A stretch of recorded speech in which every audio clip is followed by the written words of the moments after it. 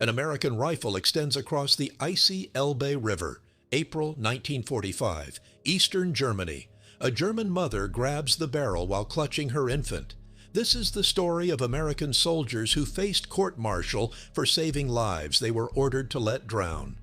April 26, 1945, the Elbe River, Germany. Private First Class James Whitmore stood on the western bank with his M1 Garand, the standard American rifle, raised not to fire but extended horizontally across 12 feet of black water. His hands trembled, not from cold, from the weight of what he was about to do. A German woman's fingers closed around the barrel. Her other arm held a bundle, blue fabric. Inside, an infant made no sound. Whitmore's breath caught. His orders were explicit. Non-fraternization, no contact with enemy civilians. Hold the line. Let the Red Army handle the refugees. He pulled anyway. The woman's weight nearly dragged him forward. His boots slid on mud. Corporal Danny Sullivan grabbed his belt from behind. Then Private Eddie Kowalski grabbed Sullivan. A human chain. 3 American soldiers violating direct orders. The woman's knees hit the bank. She crawled forward. The baby finally cried. Whitmore's stomach dropped. Captain Morrison was 50 yards upstream. If he turned his head, court-martial, dishonorable discharge, prison time. The woman looked up at Whitmore. Her eyes held no gratitude, only terror. She scrambled past them into the tree line without a word. "Jesus Christ," Sullivan whispered. "What did we just do?" Whitmore didn't answer, because downstream he saw why she was running. 40 more refugees, maybe 60, wading into the current. The water reached their waists, then their chests. An old man went under, came up thrashing, went under again. This was only day 3 of the American occupation of the Elbe's western bank. The Soviet forces held the east. Between them, the river had become something it hadn't been in centuries. Not a border, a sorting mechanism. For life or death. The context nobody explained to 19-year-old American soldiers was this. The Red Army's advance from the east had triggered the largest panic migration in European history. 3 million Germans, mostly women, children, and elderly. The stories they carried westward were worse than propaganda. Soviet soldiers in East Prussia, mass reprisals, villages burned, women violated regardless of age. Whether these accounts were accurate or exaggerated didn't matter. The fear was real.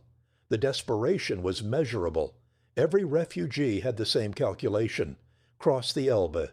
Surrender to the Americans. Survive.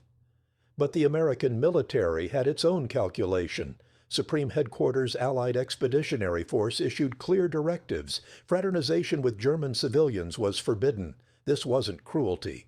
This was policy. Occupation zones had been negotiated at Yalta. The Soviets would administer Eastern Germany.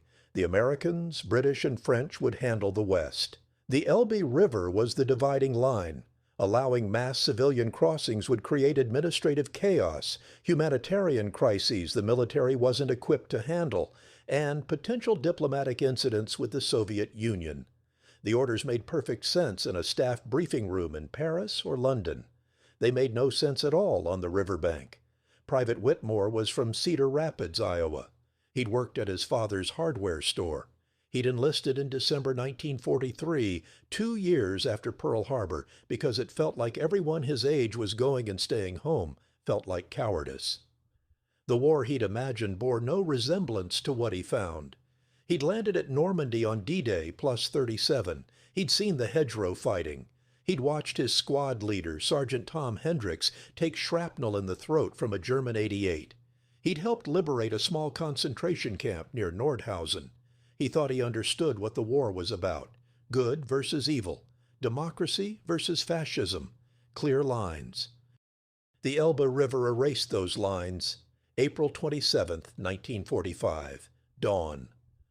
Whitmore was on patrol with Sullivan and Kowalski. The river stretched before them, smooth, almost peaceful. Then the screaming started. Downstream. A group of refugees, Whitmore counted 17, had attempted a night crossing. The current had scattered them. Most had drowned. 3 had made it close to the western bank. Close, but not close enough. They clung to a partially submerged tree. An elderly woman, a teenage girl, a boy who couldn't have been older than 8. The boy lost his grip first. His hand slipped. His head went under. The girl lunged for him and nearly fell herself. The woman screamed one word, "Hilfe!" Help. Whitmore's jaw clenched. The regulations were clear. No assistance to enemy civilians. The regulations assumed enemy civilians were the enemy. These 3 people clinging to a tree weren't soldiers, weren't even adults, except for the woman whose age made her harmless. They were drowning, in front of him, in daylight. "We can't just," Sullivan started. "I know," Whitmore said. He looked upstream. No officers visible. He looked downstream. Empty. He dropped his rifle and started pulling off his boots. "Jim, don't—" Kowalski grabbed his arm. Whitmore shook him off. "You see Captain Morrison, you whistle. Loud." The water was colder than he expected. April, snowmelt. His legs went numb within seconds. He pushed forward. The current was stronger mid-river. He understood now why so many had drowned. The refugees had no idea what they were entering, just desperation driving them forward. He reached the tree. The woman stared at him. Her lips were blue. She'd been in the water for hours. She said something in German he didn't understand, but her eyes held the same expression as yesterday's mother. Not hope, just animal terror. Whitmore grabbed the boy first, lightest, easiest. The kid was unconscious. Whitmore got him in a cross-chest carry, just like the Red Cross swimming courses they'd taken in basic training, and started back. His muscles screamed. The cold made everything harder. His strokes were sloppy. Sullivan and Kowalski waded out to meet him. They took the boy, pulled him to shore, started chest compressions. Whitmore turned back for the girl. She fought him. Panic. She couldn't understand he was rescuing her. She thrashed, nearly pulled them both under. Whitmore got an arm across her chest and squeezed, not hard enough to hurt, hard enough to immobilize. He dragged her to shore. The woman was last. She came willingly, too exhausted to resist, too cold to help. Whitmore's arms had nothing left. The final 30 feet took forever. Sullivan and Kowalski pulled her onto the mud. All 3 refugees were alive, barely. The boy was breathing after the chest compressions, shallow but breathing. The girl was coughing up river water. The woman just stared at the sky. Whitmore collapsed. His uniform was soaked. His body shook, not from cold, from the realization of what he'd done. Second violation of direct orders in 2 days. This time, he'd left physical evidence. 3 German civilians on American-controlled territory. No way to hide this. "We need to get them deeper into the zone," Sullivan said. His voice was steady, practical. "Past the next checkpoint. Make it look like they crossed yesterday." "That's," Whitmore started, "also a court-martial offense.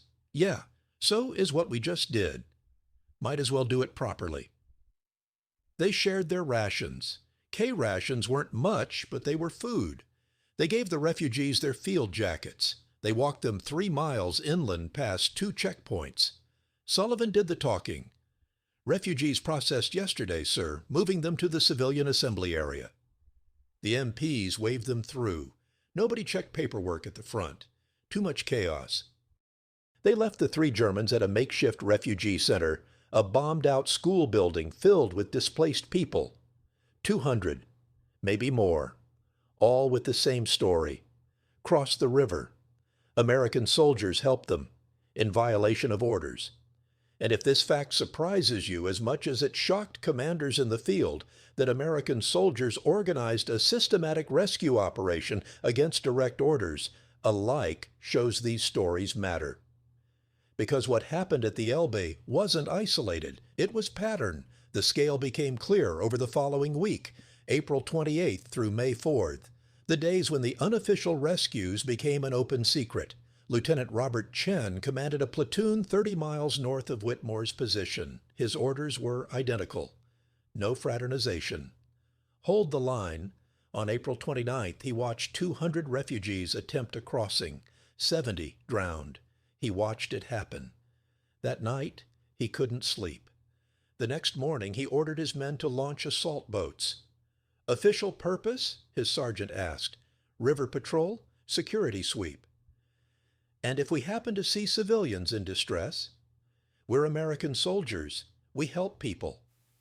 That day, Chen's platoon pulled 43 refugees from the water. The next day, 71.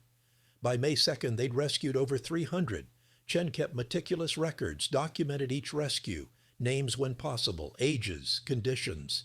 He knew he was building evidence for his own court-martial. He documented anyway, because if he was going to violate orders, he was going to do it right. Captain Thomas Bradford commanded a company 40 miles south. He took a different approach. He didn't rescue refugees in the water. He prevented them from drowning in the first place. He had his engineers string ropes across shallow sections of the river. Unofficial, unauthorized. The ropes gave the refugees something to hold, reduced the drowning rate by half. Captain, this is a direct violation, his executive officer said. I didn't order anyone to string those ropes. Maybe they appeared mysteriously. Sir, we both know. What I know is that I can't watch children drown. Can you? The executive officer didn't answer. He helped string the next rope. The psychological weight accumulated differently for each soldier. Private Eddie Kowalski, who'd helped Whitmore with the first rescue, processed it through dark humor. We're going to get court-martialed for being decent human beings. That'll look great on the discharge papers. But at night, alone, he wrote letters home he never sent. Mom, I don't know if what I'm doing is right by military law. I know it's right by every other law. The law of conscience, the law of God. The law that says you don't let people die when you can stop it. Corporal Danny Sullivan processed it through silence. He'd been the most reluctant participant in the first rescue. He'd grabbed Whitmore's belt, but he'd hesitated first. That hesitation haunted him. Every refugee he saw afterward, he thought, what if I'd hesitated longer? What if they'd drowned because I was calculating risk? By the third day, Sullivan was the most aggressive rescuer in the squad. He'd wade into the current without orders, without permission, just acting, as if each refugee pulled from the water erased the hesitation of that first moment. Private James Whitmore processed it through numbers. He started counting. Every refugee he saw, living or dead. By May 1st, his count was 143 rescued, 47 drowned. The 47 stayed with him. Their faces appeared when he closed his eyes. He hadn't killed them, but he hadn't saved them either. The distinction felt meaningless.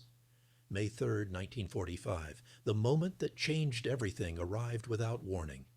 Whitmore was on river patrol, routine by this point, watch for crossings, prepare to violate orders. The morning was quiet. Then he saw the cluster, 50 yards offshore, eastern bank, 20 refugees, maybe 30, preparing to cross. But something was different. They weren't moving. They stood in a line, staring at something in the water. Whitmore raised his binoculars. His breath stopped. Bodies, dozens, floating face down, recent. The current hadn't scattered them yet. All clustered in one section, all wearing similar clothes.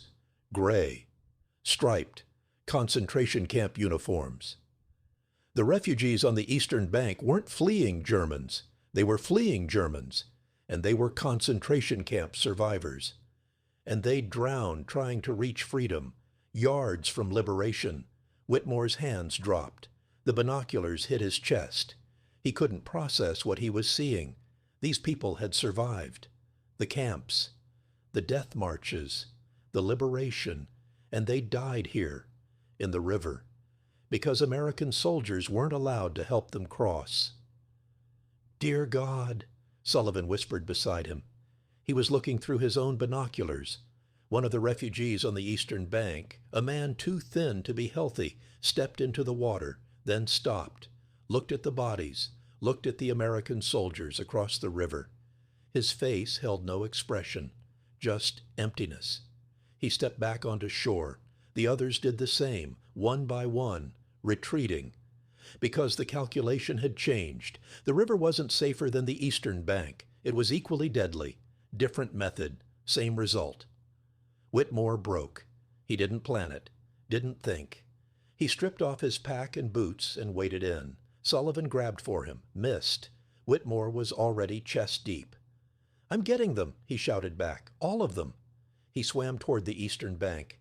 70 yards against current. His muscles screamed. He didn't care. He reached the eastern shore, technically Soviet territory, and climbed out. The refugees backed away from him, terrified. Of course they were. American soldier, appearing from nowhere, shouting.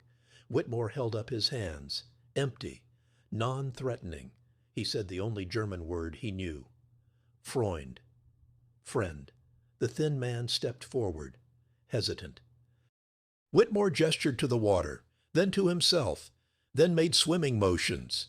The man understood. His eyes widened. "You help?" he said in broken English. "Yes," Whitmore said, "I help." What happened next violated every regulation, every protocol, every boundary of the occupation zones. Whitmore organized a crossing. He swam refugees across, 2 at a time, the weakest ones first. Children, elderly, the concentration camp survivors who could barely walk. Sullivan and Kowalski, watching from the western bank, understood what was happening. They waded out to help. They formed a relay. Whitmore swam halfway. Sullivan and Kowalski swam to meet him. They passed the refugees between them like cargo, human cargo, the most precious cargo. Lieutenant Chen appeared. He'd heard the commotion. He stood on the bank watching. His face was unreadable. Then he turned to his platoon. "All boats in the water, now." "Sir, this is—" "I gave an order." The assault boats launched, 6 of them. They crossed to the eastern bank, Soviet territory, and started loading refugees, systematically, efficiently, like a military operation, because it was, an unauthorized, illegal, humanitarian military operation. By noon, they'd evacuated 187 refugees from the eastern bank. By evening, 212. 0 drowned. That night, Captain Morrison finally arrived. He'd been at headquarters. He returned to find his entire company engaged in mass violation of orders. He stood on the bank, silent, watching the last boat return, loaded with German civilians. His face showed nothing. Lieutenant Chen approached, saluted. "Sir, I take full responsibility. This operation was—" Morrison held up his hand, stopped him. The captain was quiet for a long time. Then he spoke. "What operation, Lieutenant? I've been at headquarters all day. I don't see any operation here." Chen stared at him. "Sir? I see soldiers performing river security patrols. I see incidental humanitarian assistance during the course of those patrols. That's permissible under the Geneva Conventions, isn't it?" Yes, sir, if you interpret it that way." "That's how I interpret it. Understood?" "Yes, sir." Morrison looked at the refugees, shivering, wrapped in American field jackets, eating American rations. Then he looked at his soldiers, exhausted, soaked, proud. "Good work today," he said quietly. "Dismissed." He turned and walked away. His shoulders were rigid, his hands were clenched, but he'd made his choice. Cover for his soldiers. Participate in the conspiracy of mercy. The official records show nothing. No rescue operations at the Elbe, no violations of non-fraternization orders, no unauthorized border crossings, just routine patrols, security sweeps, incidental assistance. The unofficial records tell a different story. Eyewitness accounts, letters home, diaries, photographs taken secretly. They document what really happened in those final days of April and early days of May 1945. Conservative estimates 3,000 to 5,000 refugees rescued by American soldiers acting against orders. Liberal estimates 10,000. The exact number will never be known, because the soldiers who did the rescuing didn't keep records. They couldn't. Documentation meant evidence. Evidence meant court-martial. But the refugees remembered, and they talked. After the war, in displaced persons camps, in emigration interviews, in the scattered communities they built in America and Canada and Australia and Israel. They told their stories. The American soldiers at the Elbe, the ones who risked everything to help. Subscribe to hear more stories of moral courage that official histories tried to erase. We're not finished yet. James Whitmore returned to Cedar Rapids in December 1945. He went back to his father's hardware store, married his high school sweetheart in 1946, had 3 children, never talked about the war, not to his wife, not to his kids, not to anyone. In 1967, his eldest son was drafted, Vietnam. The son came to his father before shipping out, asked for advice. What was war really like? What should he know? Whitmore was silent for a long time. Then he told the story. The Elbe River, the drowning refugees, the choice between orders and conscience, the rescues, all of it. Did you get in trouble? His son asked. No, our captain covered for us, but we were ready for it. Court-martial, dishonorable discharge, prison, we were ready. Would you do it again? Whitmore didn't hesitate. Every time. Without question. His son survived Vietnam, came home, had his own children, passed down the story. It became family history, the thing Grandpa did in the war, the time he chose humanity over orders. In 2003, a historian researching the Elbe River crossings tracked down Whitmore. He was 82, living in the same house in Cedar Rapids. The historian asked him about that week in April 1945. Whitmore's memory was sharp. He remembered names, faces, details, the weight of the concentration camp survivor he'd carried, the sound of the infant crying after he'd pulled the mother across, the expression on Captain Morrison's face when he'd decided to cover for them. "Do you think you did the right thing?" the historian asked. "I know I did," Whitmore said. "The law said one thing. Morality said another. I chose morality. That's not courage. That's just being human. But you risked everything." "No." Whitmore's voice was firm. "I risked my career, my freedom. Those refugees risked their lives. There's no comparison." The historian published the account. It received little attention, a footnote to the larger narrative of World War II, the liberation of Europe, the defeat of fascism, the beginning of the Cold War. The story of soldiers who violated orders to save lives didn't fit the grand narrative, so it remained obscure. But the refugees never forgot, and their children never forgot. And in scattered corners of the world, the story persisted. The American soldiers at the Elbe, the ones who chose mercy. The Elbe River still flows. The crossing points are marked now, historical markers, tourist sites. The text on the plaques tells the official story, the meeting of American and Soviet forces, the symbolic end of the European War, the beginning of the division that would define the Cold War. The plaques don't mention the refugees, or the drownings, or the rescues. That history exists only in memory, in the stories passed down through families, in the letters that survived, in the few photographs taken secretly. But it happened. All of it. The terror, the drownings, the impossible choice, the violations of orders, the conspiracy of mercy that spread through the American units along the river, the officers who covered for their soldiers, the soldiers who risked everything because watching people die was worse than any punishment the military could inflict. History is written by committees, reviewed by legal departments, sanitized for public consumption.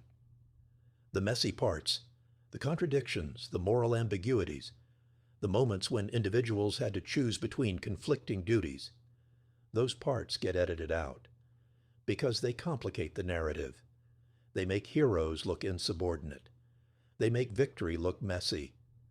But those messy parts are where the truth lives, not in the official histories, in the spaces between orders and actions, between law and morality, between the person you're supposed to be and the person you choose to become.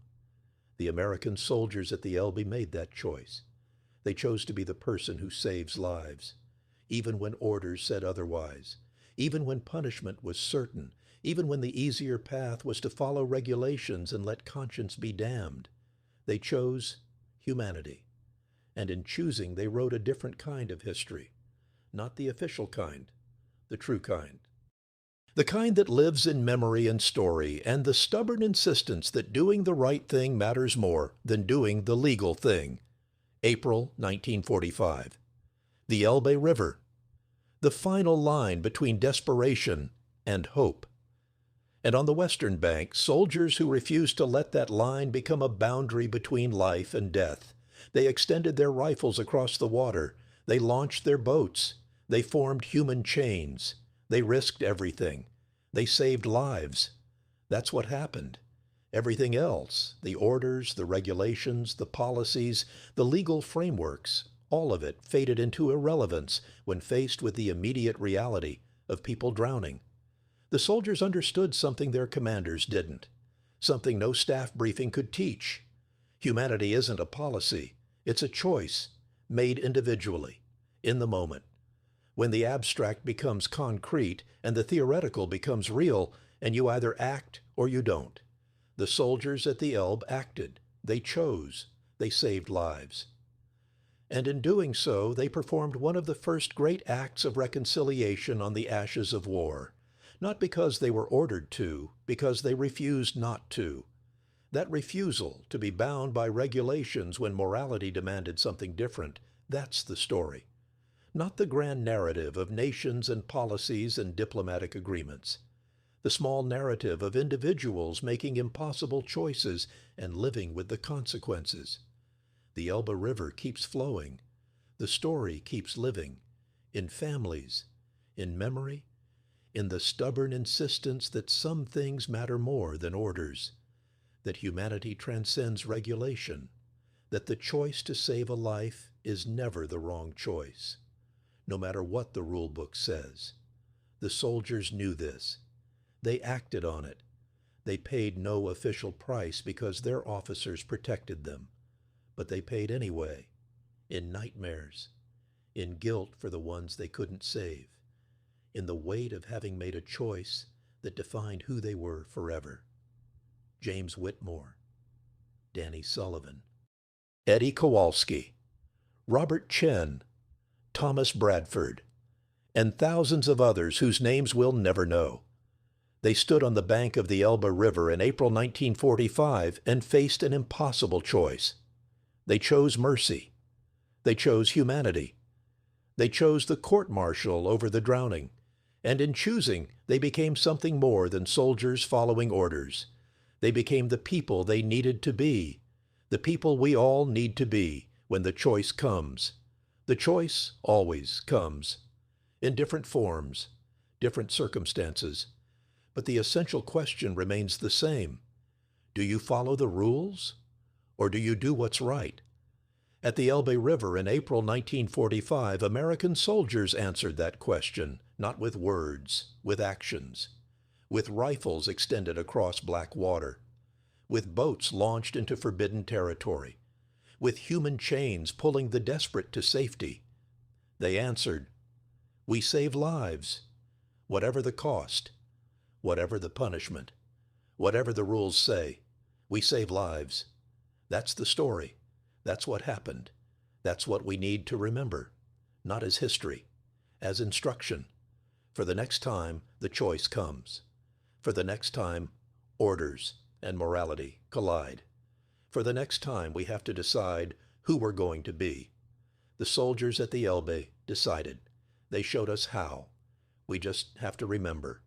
And when our moment comes, we have to choose the same way. Not because it's easy, not because it's safe, because it's human. And being human, truly human, means refusing to let people die when you can save them. Everything else is just paperwork.